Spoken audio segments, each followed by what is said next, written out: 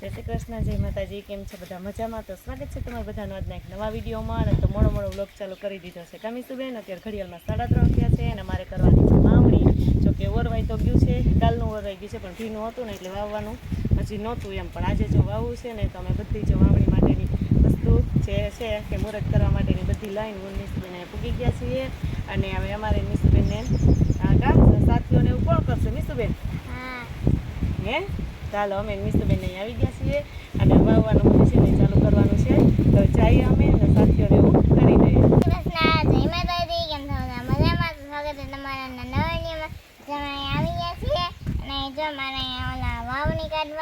વાવણી કરવાની છે એમ હોય. એને બધું લઈ લીધી છે, તૈયારી કરી લીધી છે. અમારા મિસુબેન વગર તો કઈ થાય જ નહીં કા. એટલે મારા મિસુબેન ને તો હોય. હા, તો મિસુબેન તો ભેગા હોય. ચાલો આપણે હવે મુહૂર્ત કરી આવીએ.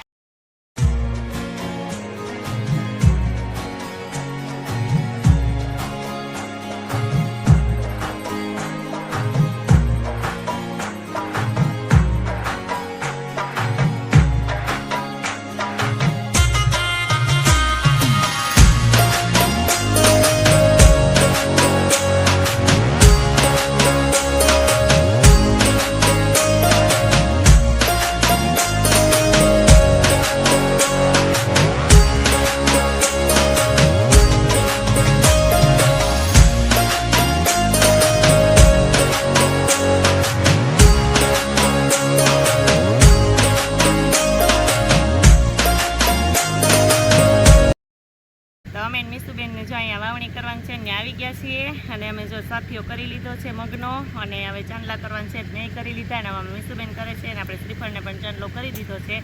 ને શ્રીફળ તો આપણે ખબર જ છે કે માતાજીનું મંદિર છે તો આપણે ખોડિયારમાં જ વધારવાનું છે. એટલે આપણે શ્રીફળમાં ચાંદલો કરી દીધો છે. અને હમણાં જો હવે આપણું ટ્રેક્ટર આવે ને એટલે વાવવાનું ચાલુ કરી દઈએ. તો અમે મિસુબેને જે સરસ મજાનું વાવણીનું મુહૂર્ત કરી દીધું છે. અને ઓરવીને જવાનું વરસાદ તો જો કે એવું લાગે છે ખરા કે થોડા દિવસમાં થઈ જશે એમ, પણ હજી વરસાદને એમાં તો પાણી હતું એટલે ઓરવાઈ ગયું. એટલે આપણે વાવણી છે ને એ કરી દઈએ છીએ કે ઓરવેલ માંડવી જ આપણે વાવવાની છે એમ. તો સારું, હાલો હવે માંડવી વાવી દઈએ.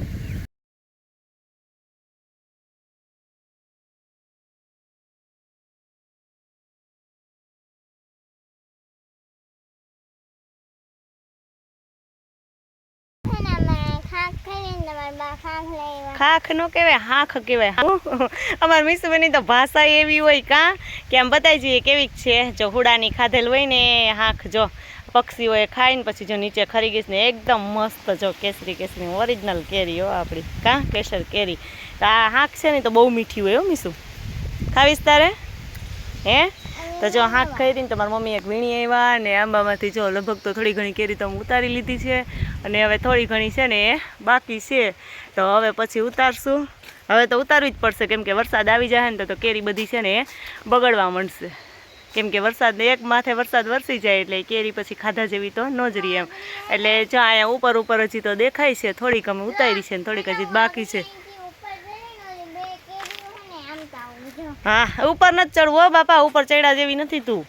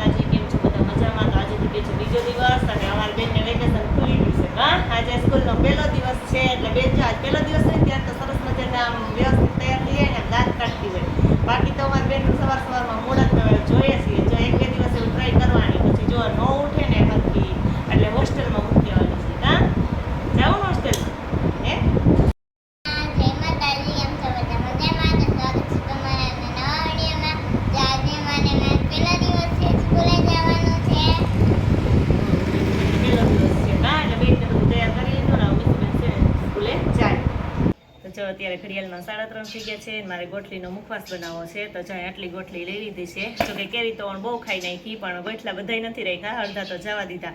ને અડધા ગોટલા જ છે ને એની જો સુકવણી કરી હતી ને આપણે, એટલે એ જો ભાંગવા છે, તો અત્યારે મેં ભાંગવાનું કામ ચાલુ કરી દીધું છે.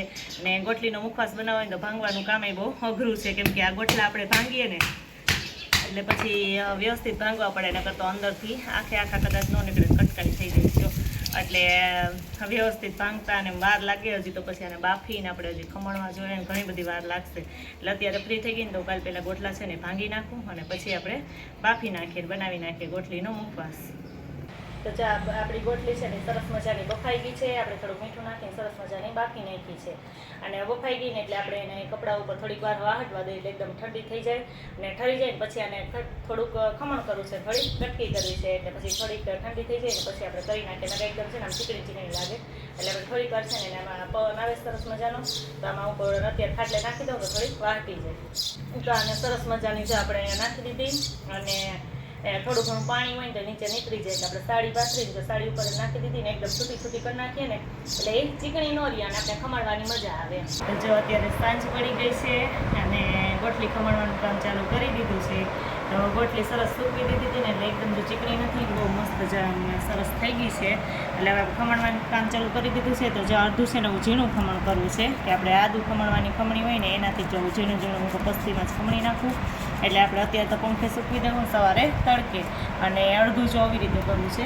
અને એમણે ખાવા માટે એમ કે આપણે એમણે જ ખાલી મુખવાસમાં નાખશું, અને તલના મુખવાસમાં નાખવું છે, એટલે એકદમ ઝીણું કરું છું. તો સારું, હાલો આપણે ફટાફટ આપણી ગોઠવી છે ને એ ખમણી નાખીએ. અને આ સાથે આજનો વિડીયો પણ અહીં એન્ડ કરીએ છીએ. જો અમારો વિડીયો તમને ગમ્યો હોય તો લાઈક કરજો, શેર કરજો, અને જો ચેનલમાં નવા હોય તો સબસ્ક્રાઈબ કરવાનું ભૂલતા નહીં.